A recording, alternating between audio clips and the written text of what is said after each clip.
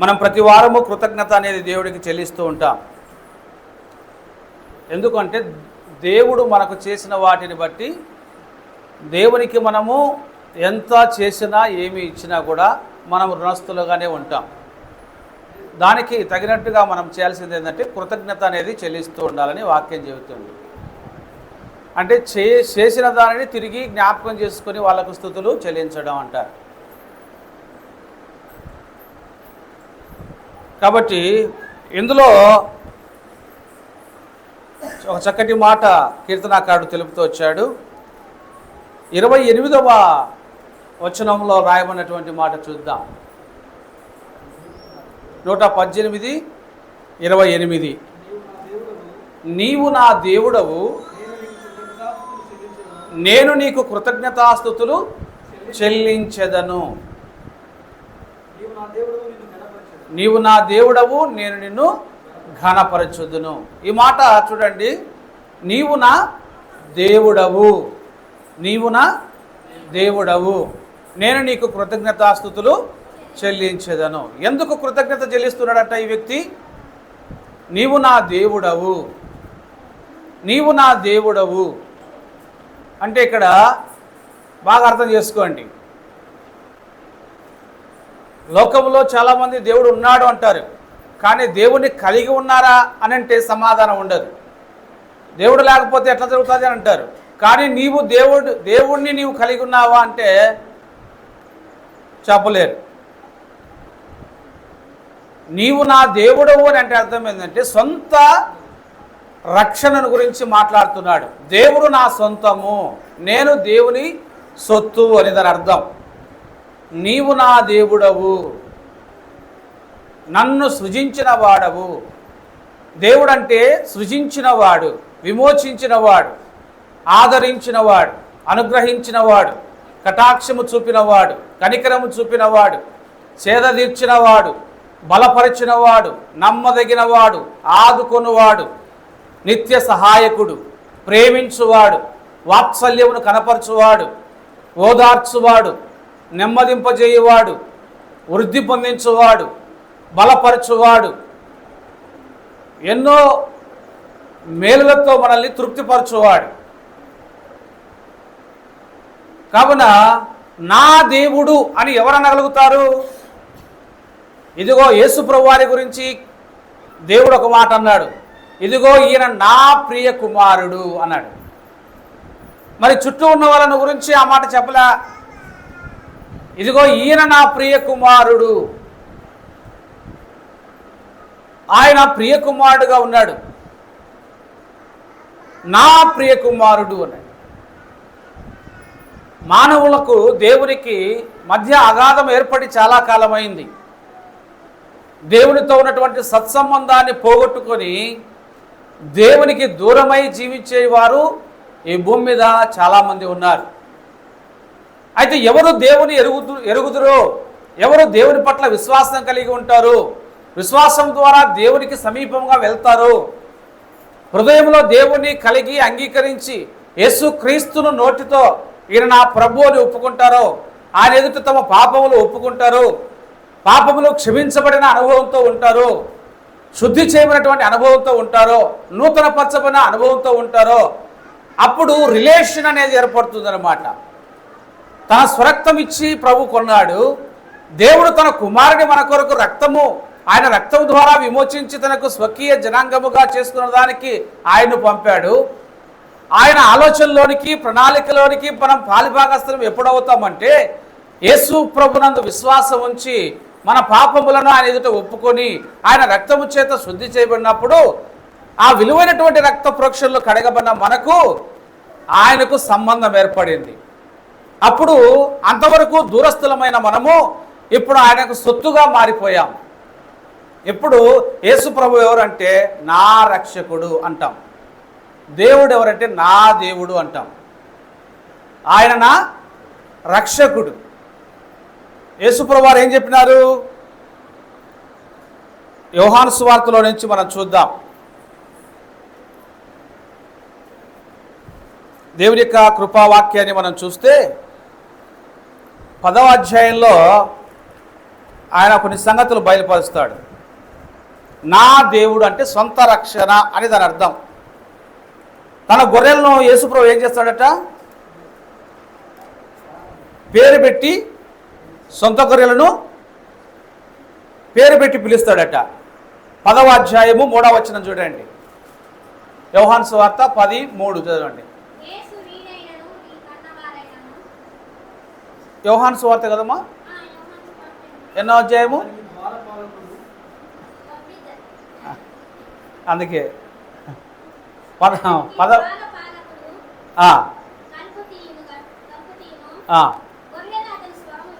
గొర్రెలు అతని స్వరం వినును, అతడు తన సొంత గొర్రెలను పేరు పెట్టి పిలిచి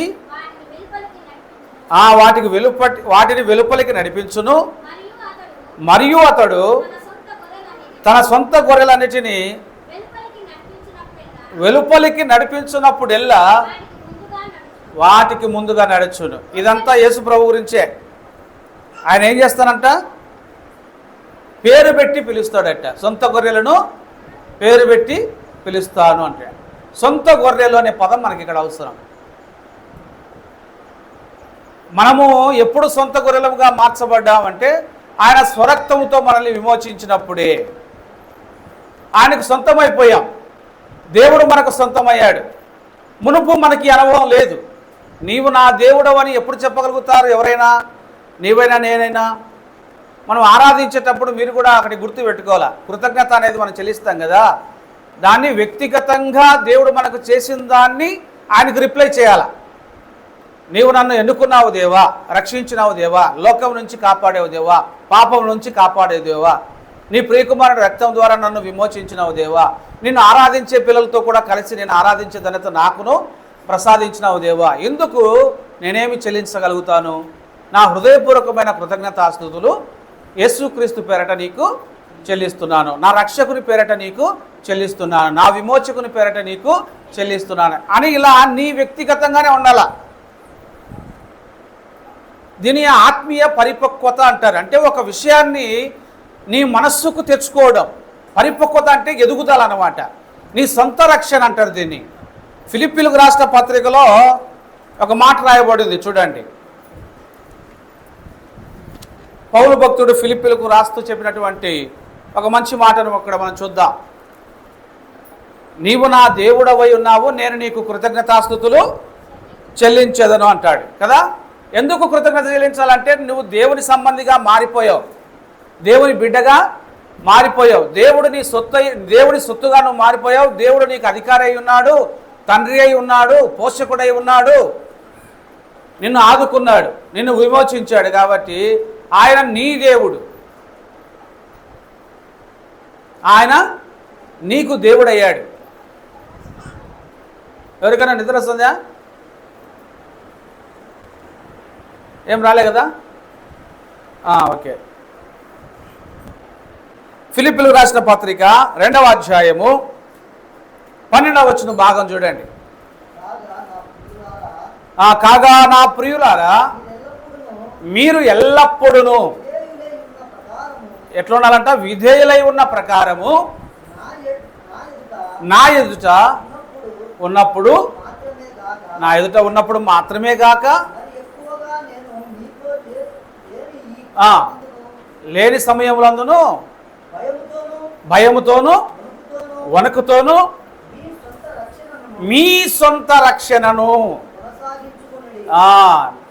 సేవకుని ముందరే కాకుండా, డ్రామా వేయకోకుండా, అయ్యగారు వచ్చినారా, అన్నగారు వచ్చినారా, బాబు వచ్చినాడా అని అప్పటికప్పుడు ఏదో అంగా చేసినట్టుగా కాకుండా సొంత రక్షణ అనేదాన్ని నీ చేతిలో దేవుడు పెట్టాడు కాబట్టి, నా చేతిలో దేవుడు పెట్టాడు కాబట్టి. కొంతమందికి ఎట్లంటే బైబిల్ చూసినప్పుడే భక్తి గుర్తుకొస్తుంది. అప్పుడు దాన్ని అట్లా ఇట్లా కొంచెం తుడిసి పట్టుకుంటాం. కొంతమందికి చర్చి పోతా ఉంటే చర్చి కనపడితే శిలువ చూసినప్పుడు భక్తి గుర్తుకొస్తుంది. ఇట్లా ఇట్లా అనుకుంటాం. అంతే, తెలియనప్పుడు అంతా అట్లా అనుకుంటాం. చర్చి కనపడినప్పుడు అలా అనుకుంటాము. పక్కకు పోతేనే మళ్ళీ వాళ్ళకున్నటువంటి అలవాటు ప్రకారం మందు తాగేవాడు మందు తాగుతాడు, సిగరెట్ తాగేవాడు సిగరెట్ తాగుతాడు కదా. తాగుతారా లేదా? గుడి గడిపినప్పుడు మాత్రం అమ్మ దేవుడా తండ్రి నాయన యేసు నాయన అనుకుంటాం. మరి ఆ యేసు నాయన గుడికాడనే ఉంటాడా? వెనకమ్మడి రాడా? ఆటో వెనకమ్మడి, బస్సు వెనకమ్మడి, స్కూటర్ వెనకమ్మడి రాడా? యేసు నాయన కేవలం ఒక గుడికాడనే ఉండి నువ్వు పోయే ఆయన దర్శించుకోవాల్సిన అవసరం, ఆయన నిన్ను వెంబడిస్తూ ఉంటాడు. ఆయన అంటాం కదా, మనం ఏదో కింద పడిపోతా తప్పించుకున్నాం అనుకో, అమ్మ దేవుడు నన్ను కాపాడాడంట, అంటే దేవుడు నీకు తోడుగా ఉన్నాడనే కదా అర్థం. మరి అటప్పుడు దేవుడు మనం ఒక చోట ఒక తప్పు చేస్తూ ఉంటే అక్కడ చూడడా? చూస్తూ ఉంటాడు. మనం మాట్లాడుతూ ఉంటే చూస్తూ ఉంటాడు, అన్నీ చూస్తూ ఉంటాడు. అందుకు దేవుడు అంటే అంతటా ఉంటాడు. నీ దేవుడైనప్పుడు నువ్వు ఎప్పుడూ నీ దేవునిగా మార్చుకున్నావంటే నా దేవుడు నన్ను చూస్తున్నాడు, నా దేవుడు నాకు ఈ జీవితం ఇచ్చినాడు అని నీ సొంత రక్షణను కాపాడుకోవాలా. నీ నోటిని కాచుకోము అంటుంది, నీ హృదయాన్ని కాచుకోము, నీ రక్షణను నువ్వు కాపాడుకో. దేవుడు నీకు రక్షణ ఇచ్చినాడు, ప్రేమించి ఇచ్చినాడు. వాస్తవంగా మనము రక్షణకు దూరంగా ఉన్నవాళ్ళం, మనము పాపమునకు అమ్మబడిన వారు, పాపమునకు అమ్మబడిన వారు. రోమా పత్రికలో పౌలు భక్తుడు చెప్తాడు చూడండి, రోమిలకు రాసిన పత్రిక తీయండి, 7వ అధ్యాయంలో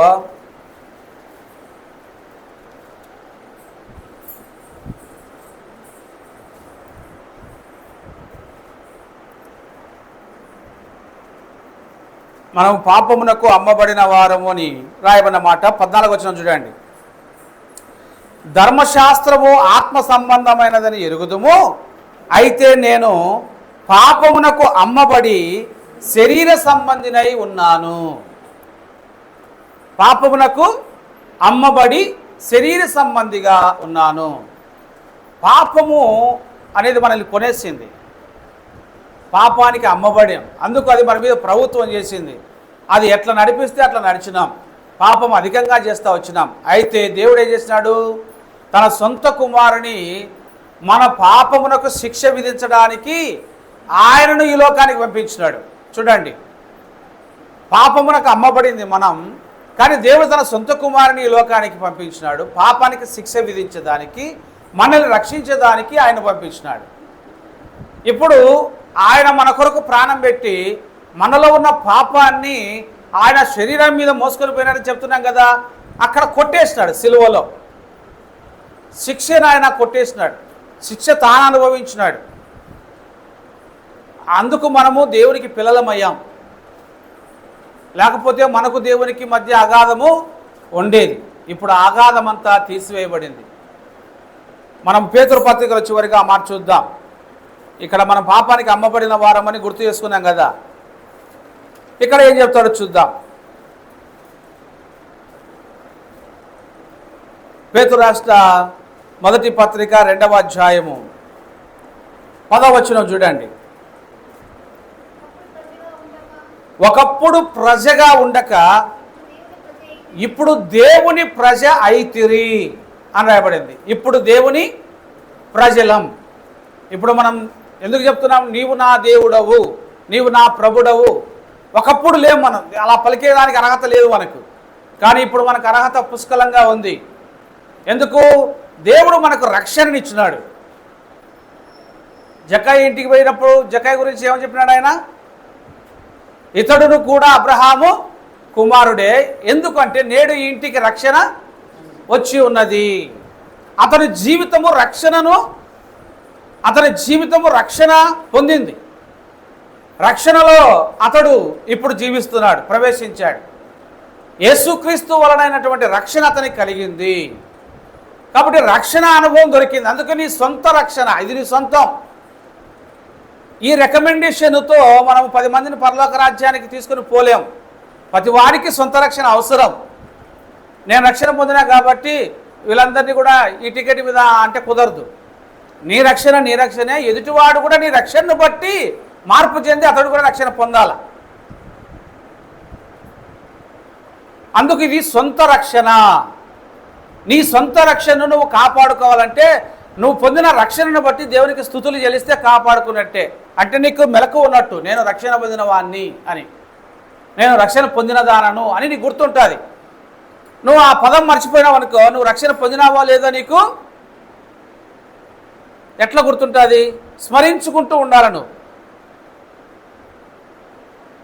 స్మరించుకుంటూ ఉండాలి. అందుకే నీవు నా దేవుడవు, నేను నీకు కృతజ్ఞతాస్తుతులు చెల్లించుచున్నాను. నువ్వు నాకు దేవుడు అయ్యినావు. ఇప్పుడు ఒకప్పుడు దేవుడు లేదు, దేవుడు లేని వారముగా ఉన్నాం,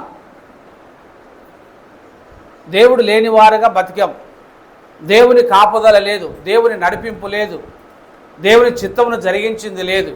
కానీ ఇప్పుడు దేవుని చిత్తానుసారముగా జీవించడానికి దేవుని ఆత్మను కలిగి ఉన్నాం, దేవుడిచ్చిన రక్షణ కలిగి ఉన్నాం. నీవు నా దేవుడవు, నేను నిన్ను గణపరుస్తాను. నిన్నుగాక నేను ఎవరికి గణపరుస్తాను? ఆయన మన దేవుడు కాబట్టి ఆయన మనకు కృతజ్ఞత చెల్లించి ఆయన గణపరచాల. కృతజ్ఞత చెల్లించడము అనే దాంట్లోనే దేవునికి మహిమ వెళ్తుందన్నమాట. కాబట్టి మనము పాపమునకు అమ్మబడిన వారమైతే దేవుడు తన సొంత కుమారుని మన కొరకు ఈ లోకానికి పంపి పాపానికి శిక్ష ఆయన మీద వేసి మనల్ని స్వకీయులుగా తయారు చేసుకున్నాడు, మనకు సొంత రక్షణను ఇచ్చినాడు. ఈ రక్షణతో మీరు కాపాడబడుతూ ఉండండి, ఈ రక్షణలో మీరు ఎదగండి. రక్షణలో ఎదగడానికి ఏం కావాలంట? వాక్యమే కదా మనకు ఆధారం. పేతురు చెప్పినాడు కదా ఆ మాటే, పేతురు చెప్పిన మాట చూద్దాం ఏమంటాడు ఆయన.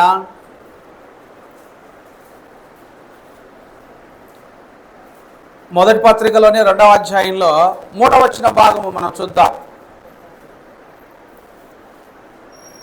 మనం ఇప్పుడు 10 చదువుకున్నాం. ఒకప్పుడు ప్రజగా ఉండక ఇప్పుడు దేవుని ప్రజ అయితిరి, ఒకప్పుడు కనికరింపబడక ఇప్పుడు కనికరింపబడిన వారైతిరి అని చెప్తున్నాడు. దానికి 3వ వచనం చూడండి, 2:3లో ఏం రాయబడింది? దేవుడు మన పట్ల మేలు చేశాడు, దయ చూపించాడని మీరు రుచి చూసి ఉంటే అంటున్నాడు. మొదటి నుండి చదువుదాంలేండి, బాగుంటుంది క్లియర్గా.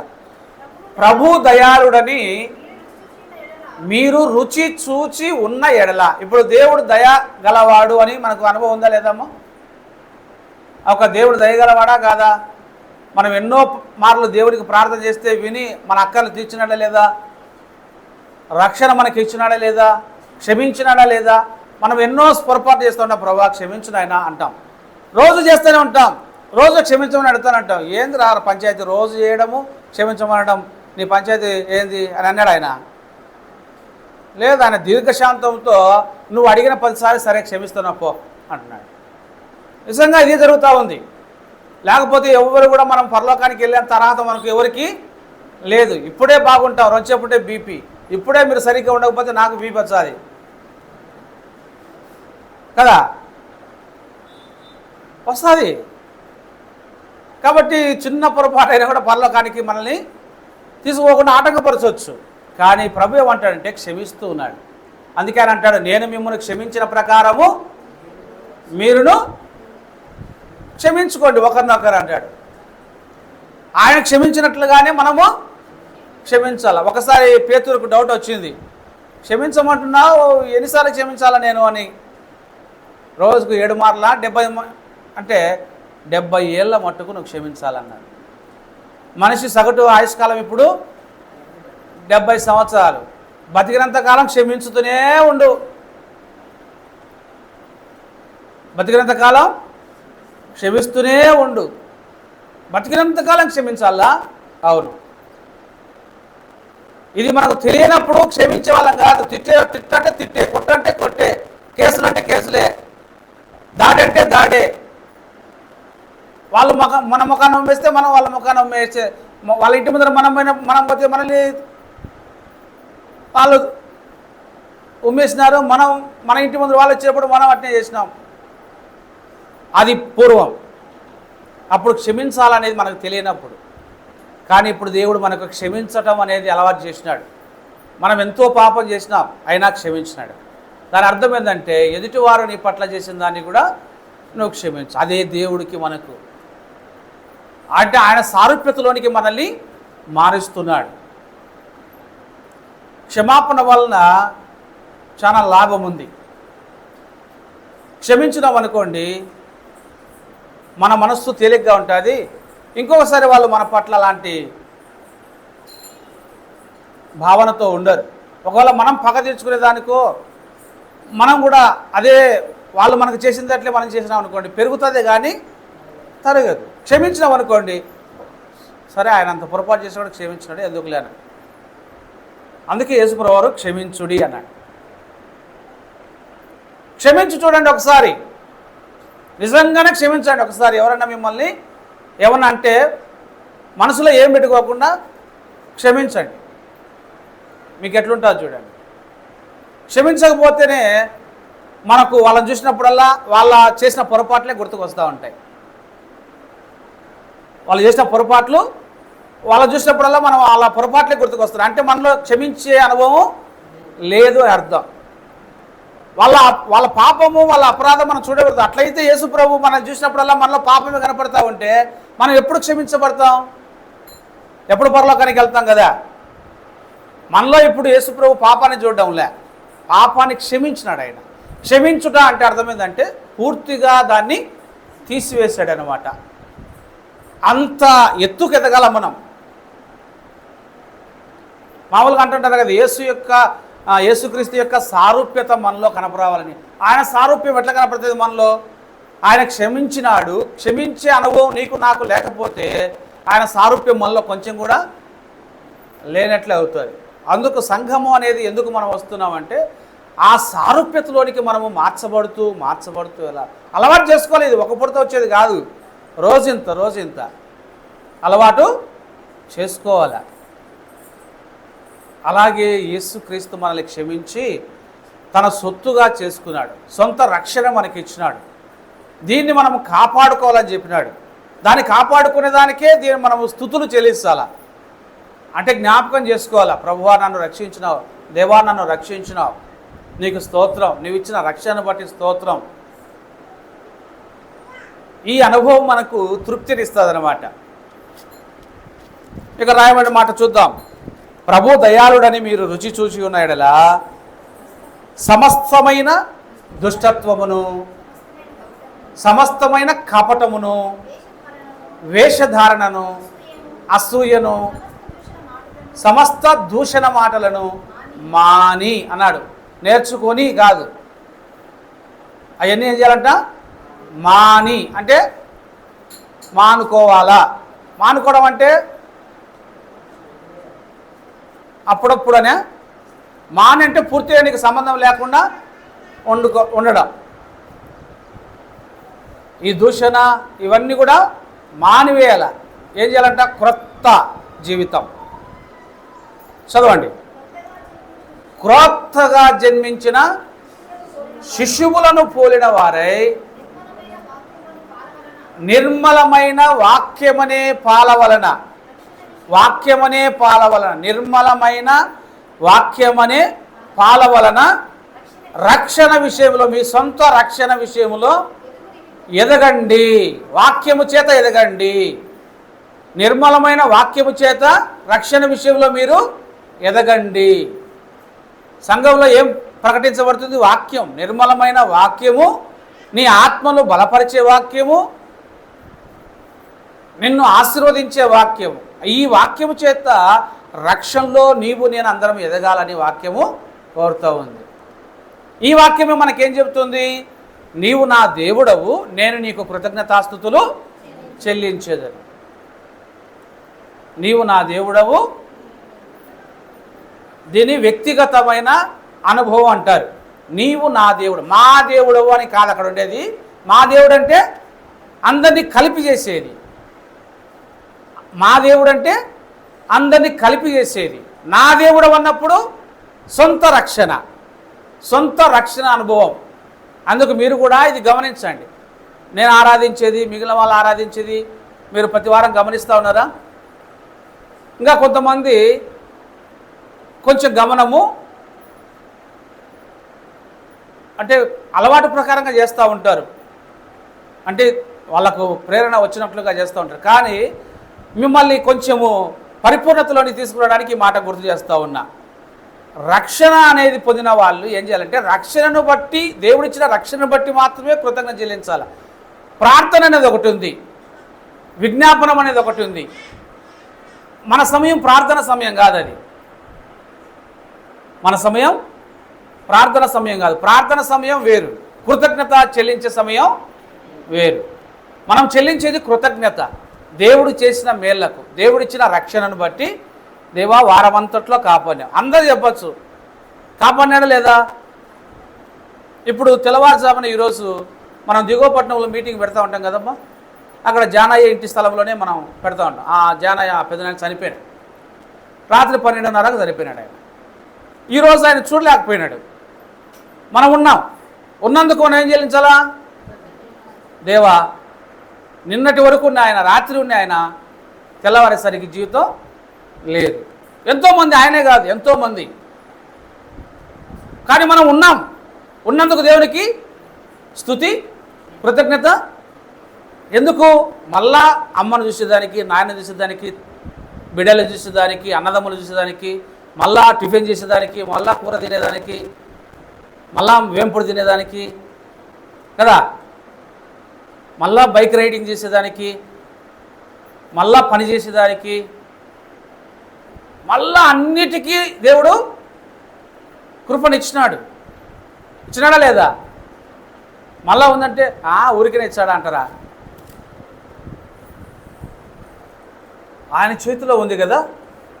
అందుకు మనం ఏం చేయాలి? దేవుడా మళ్ళీ నాకు ఒక దినాన్ని ఇచ్చినావు నాయన, ఎక్స్టెన్షన్ చేసినావు, పొడిగించినావు, రక్షణను, నా జీవితాన్ని పొడిగించు, రక్షణానందంతో నీ యుద్ధం ఉండడానికి మరలా నాకు కృపనిచ్చినావు, భూమి మీద అందరితో కూడా ఉండడానికి కృపనిచ్చినావు,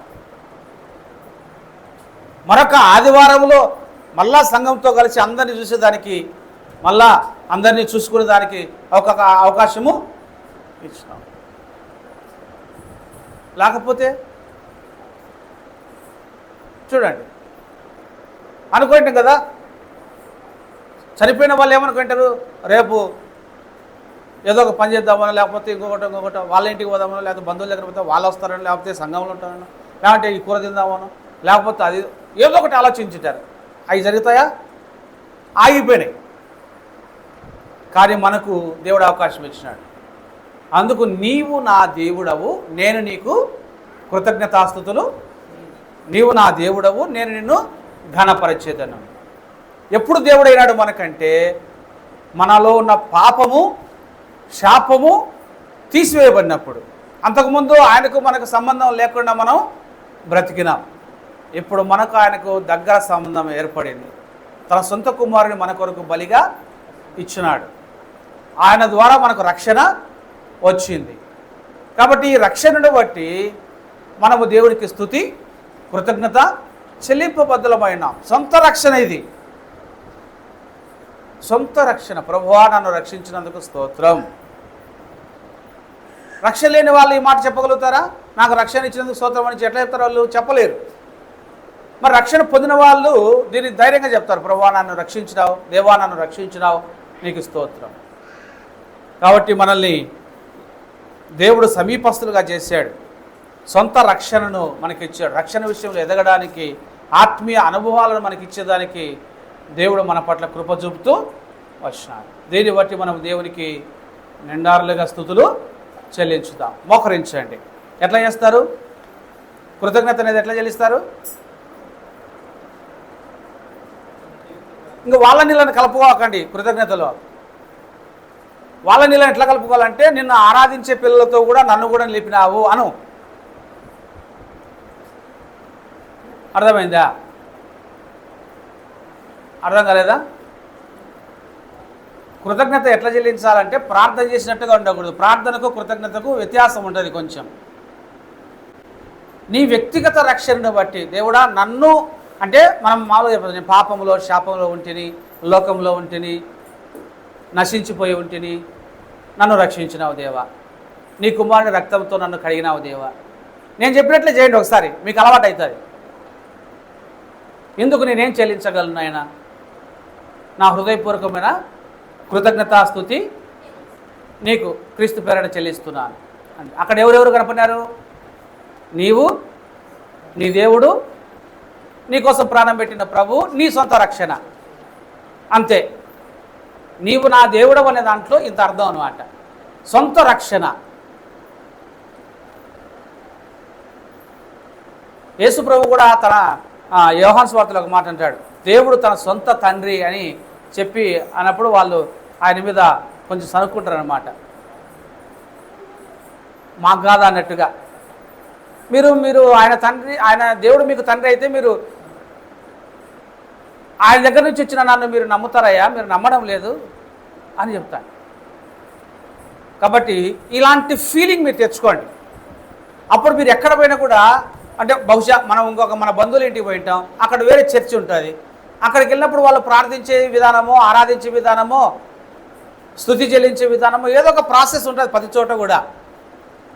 అప్పుడు వారి మధ్య నువ్వు చేసే ఆరాధనకైనా, కృతజ్ఞతకైనా, ప్రార్థనకైనా తేడా బాగా కనపడుతుంది.